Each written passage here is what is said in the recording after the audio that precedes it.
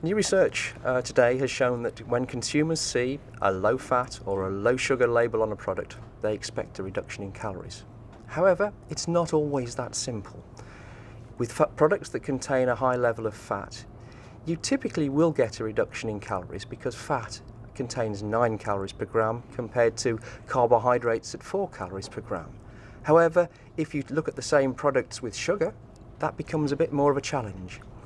A good example would be a shortbread biscuit where you have a mixture of butter, flour and sugar, and if you reduce the sugar, your fat becomes a higher percentage and you get more calories per 100 grams. The most important thing for consumers to think about is the total calories in products and the total calories in their diet.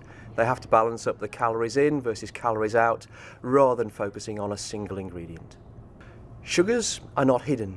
If you look on the label, it will say carbohydrates of which sugars. These sugars include all of the sugars in the ingredients, whether they're added by the manufacturer, by the cook, by the consumer.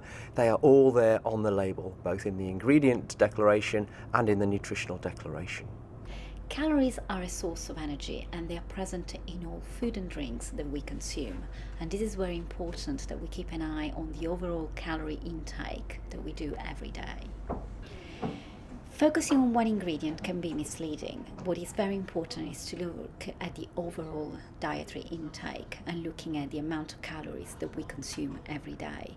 It's singling out one single ingredient as a cause of the weight gaining can be not only too simplistic but also misleading for consumers. Low and light product can be a great choice for reducing calorie intake.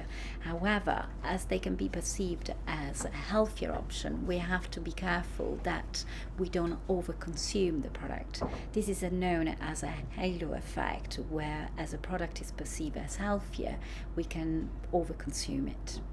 People are confused, and we have launched a website, makingsenseofsugar.com, which is trying to explain what sugar does in products, some of the things about diet, and try and dispel some of the myths about sugar.